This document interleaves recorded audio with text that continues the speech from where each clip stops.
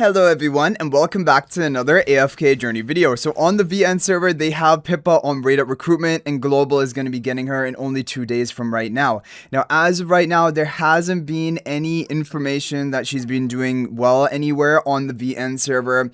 I'm going to keep my ears out and also if anything happens I'll update. However, for right now it's seeming like non-meta so far.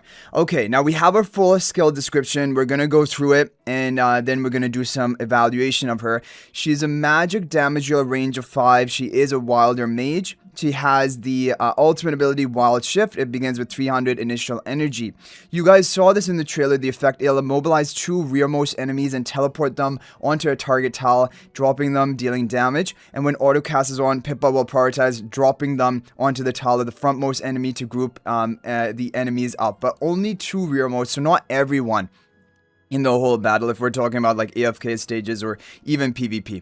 Now the passive, whenever PIPPA casts her skill, the skill has a 20% chance to go out of control. So it's actually kind of a lower chance. That is a good news. I thought it was going to be maybe a higher chance because you don't want her abilities to go out of control. Only 20% is not so bad. When this happens, the skill targets teleport to a random location on the enemy side of the battlefield, sometimes ending up in very unexpected places, and she will remain unaffected while casting the skill, the ultimate.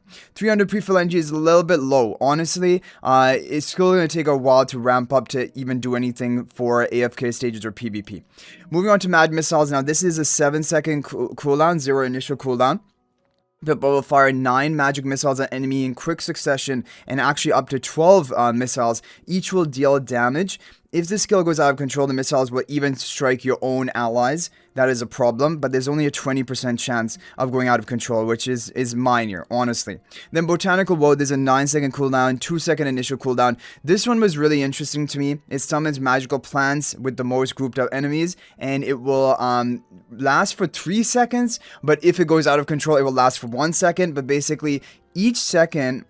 Oh, 150 energy reduction, so they buffed it, because as compared to the skill trailer when we saw it was 100 energy per second, this is 150 energy per second, so potentially up to 450 energy from multiple enemies, especially if they're grouped up. That is really interesting, and that was an application. This is the one I'm the most excited. This is the one that I have my eyes out most for, because the other 2 abilities so far, honestly, I don't think they do enough. Like having this attached to an ultimate is just not enough crowd control, and this is just damage, which is not even that interesting for most game modes, because she's not going to be a Dream Realm hero. Like, I mean, let's not call it that yet, but like almost definitely she's not going to be that. Even in the tags, the specialization in the trailer, it was Supreme Arena and AFK stages. So yeah, but this energy reduction is interesting. For PvP, it has uses, of course, and also for AFK stages, potential uses, especially against enemies who you don't want casting an ultimate. This is going to be another source of basically energy reduction.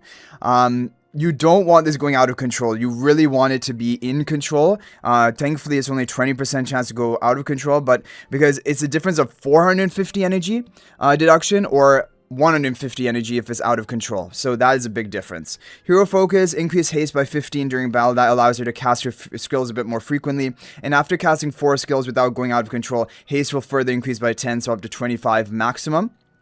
Okay, and now Mage's with the exclusive skill is really important of her, because this adds in the mutation element. PIPPA's skills will not go out of control the first time they're cast. That's also good news, because that means at the beginning of an AFK stage battle, at the beginning of PvP match, you're definitely going to be guaranteed that 450 energy reduction of maybe even multiple enemies, so that is good. PIPPA now, but then every skill cast has a 30% chance to trigger mutation.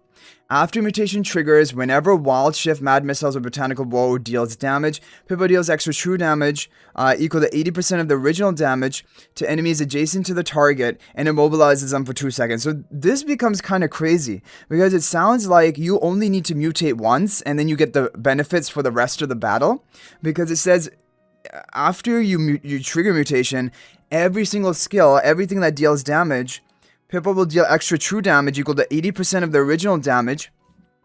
Okay, 80% to enemies adjacent to the target. Now this is getting kind of crazy, because like when you're looking at this, for example, Mad Missiles, like this is 12 missiles of 60.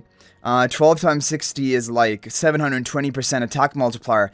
If you're going to deal 80% of that original damage as true damage, Like, that's a high multiplier. Each time you cast a skill to the to enemies adjacent to the target, not to the enemy itself, it seems like. And it mobilizes them for 2 seconds. Yeah, I mean, their mobilization also is interesting. They cannot use a movement skill, they cannot move, but they can still cast their other skills. They can still cast, you know, so it isn't really the strongest form of crowd control. It's one of the weaker forms of crowd control. Unfortunately, like, especially if they're a ranged hero, there's no loss to them. And even if they're a melee hero, but they're right adjacent to one of your heroes, they're still going to cast their skills and attack you normally. But they just cannot move, right? And increase the damage dealt to 90% up to 100% of the original damage as true damage.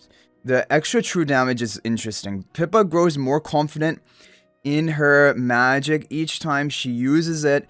After she casts her ultimate 4 times, her magic no longer goes out of control, and her chance to trigger mutation increases 60%. But this is weird, right? 4 ultimates in, like 4 ultimates into a battle is probably going to be 40 seconds into a battle. In PvP, the battle will be over, let's face it. And in AFK stages, I mean, yeah, okay. But like, I don't know. It is a long time to wait for ultimate casts, and then you have the chance to trigger mutation increase at 60%. But it seems like here, you're probably gonna, if it's a 30% chance to trigger mutation, the mutation is permanent after it's triggered once, which is what it's sounding like from this ability. Then I would just, we can look at the trial stage, maybe we can pick up on it. But it seems like you're going to trigger this mutation, like you're going to cast 4 skills early on, or actually it's just 3 skills, but you're going to cast them early on into the match, and like probably one of them on their initial cast is going to trigger the mutation. Like if each one has a 30% chance, it's kind of like expected that after you do a cycle of 3 skills and maybe 4, you're definitely going to get the trigger off, most likely, maybe even earlier than that. So yeah, but the thing is, they deal extra true damage equal to 100% of the original damage. Now, this is strange because the original damage is already going to be damage reduced, right? Like, for example, if you have a 720% attack multiplier like we were talking about the Mad Missiles, even if they all lock onto one enemy target, then, but the damage that will actually be dealt is not 720% true damage, it'll be 720% raw damage, which will, the overall damage number will be lower, and I guess that damage number will be the true damage to adjacent enemies, but not to the target itself, which is also weird. I think that this damage is actually not going to be as high as we're thinking, and also definitely for Dream Realm, this doesn't make sense, because it's splash damage. This is to adjacent enemies adjacent to the target, not to the target itself, at least from the wording here, and so it's purely AFK stage or PvP hero, and it's mainly damage. Their mobilization is a very weak form of crowd control, like we said, which doesn't usually, it's not enough for AFK stages. You need knockdowns, whether it be Theodore or Sylvan. You need charms, like Mahira, and Iron does an immobilization, but Iron's crowd control is not actually the strongest. You use Iron to group, and then you start chain CCing with the Theodore, with the Mahira, and things like that. Sylvan, you don't, Iron himself is not a crowd controller, right? That is the thing. So yeah, I mean, overall, this is, I just don't see it, honestly, with Pippa. I just think that she is really going to struggle to find a role in a team to actually be the best option there. Finally, Enhanced Force, when Pippa's Wild Shift triggers a mutation, Wild Shift is, her ultimate, okay, the enemy on the target tile becomes immobilized. Wait a second. You have to trigger a mutation on each skill? Yeah, I think you have to trigger mutation on each skill individually, because if it says here, when Pippa's Wild Shift triggers a mutation, and like, then it powers up the Wild Shift, it seems like, but if Wild Shift triggers a mutation, then will all 3 of your skills also be dealing this bonus damage and getting this effect? That's what's confusing about the wording. We'll look at the trial stage. When Pippa's Wild Shift triggers a mutation, the enemy on the target tile becomes immobilized. So it will also immobilize the frontmost, basically, enemy who she's dropping them on. The 2 teleported enemies continue falling through portals for 1.5 seconds before landing on the target tile, taking extra damage equal to 20% of their maximum health, but the extra damage cannot exceed 400% of Pippa's attack. Now, this is not HP loss damage. This is, they take extra damage equal to 20% of the maximum health. So basically, you would calculate what is 20% of their maximum health. That would be an attack multiplier, and they're going to take damage equal to that, but it will be magical damage. And the damage cannot exceed 400% of Pippa's attack. So this is not HP loss damage, because it says trigger at taking extra damage. Okay, so Yeah, it doesn't say they will lose 20% of the maximum health. That would be lost damage, but it's HP lost damage, but they take extra damage equal to this percentage, which would be like a multiplier. So it will be magical damage. So yeah, we're gonna have to take a look at the trial stage. But do each of our skills have to independently trigger the effect, right? The mutation. That's what I want to see here.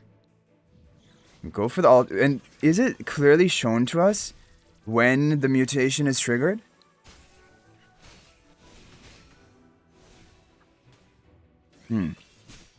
Like, I can't, this doesn't seem to be a great visual cue. I don't think we trigger mutation. We'll keep casting ultimate. We can turn the ultimate on. That was out of control, okay. Now, when is she going to trigger the mutation? Feels like we haven't triggered a mutation yet. I don't know. That's in control because it's not in red. Okay. Okay, now it looks like it's mutated because our bolts are like dealing... Seems like they're dealing extra damage. Still, see, look how long it takes for us to actually gain control. Because you need to cast 4 ultimates. Which is really delayed. Okay, now she should be in control. But the question is she mutated? You can't really tell that well. And also, the enemies will have to be adjacent if you actually want to see that in action. And for PvP, I'm even less convinced in her. Because the problem with her is that she's way too slow to get things done. And she doesn't have survival in her kit. So AFK stages is literally the only chance for her. And honestly, I just do not see that she's impactful enough. Like Sylvan, Celeste have been way better heroes that we've had this season. And I just think that she's an easy skip right now. Like, I don't know. Maybe if you guys are seeing something that I'm not, let me know in the comment section. But overall, I'm pretty confident that this Pippa is going to be a skip. Let's see what type of charms she has. Increase non-normal attack damage by that when a battle starts recovers. Yeah, she definitely needs energy recovery. But even despite that, it's going to take too long for her to cast her 4 ultimates. That takes a long time. Yeah, guys, I'm not a fan of Pippa. I think that it's just a skippable hero at this point and not really going to be meta for much. Yeah, let me know your thoughts about this in the comment section down below. And of course, it is going to be a good thing in the end, if we can skip, because we can save up. The collab is going to be coming probably the next phase, and then also more raid up heroes are going to be coming this season. So like being able to save is a good option. But yeah, and just one thing that I've done, and I'll probably make videos about it, is that I've actually invested into Zoria. For PvP purposes. Like, I still don't think Zoria is a good hero or anything, but because after seeing Pippa, and also now I'm just very kind of feeling that she's not going to be very important, and I wanted to invest into something, and Zoria in PvP in the Graveborn, especially with the Graveborn Phantom effect this season, is actually pretty strong, so I just wanted to, yeah, basically talk about that. Anyway, Pippa is a skipper. Honestly, that's my opinion about her. I hope you guys enjoyed the video. Thank you for watching. That is going to be it for this video. And if you're thinking about making a purchase in AFK Journey, please use my affiliate link for the official Farlight store. This is the best way you can support me and also gain 5% bonus dragon crystals on your purchase.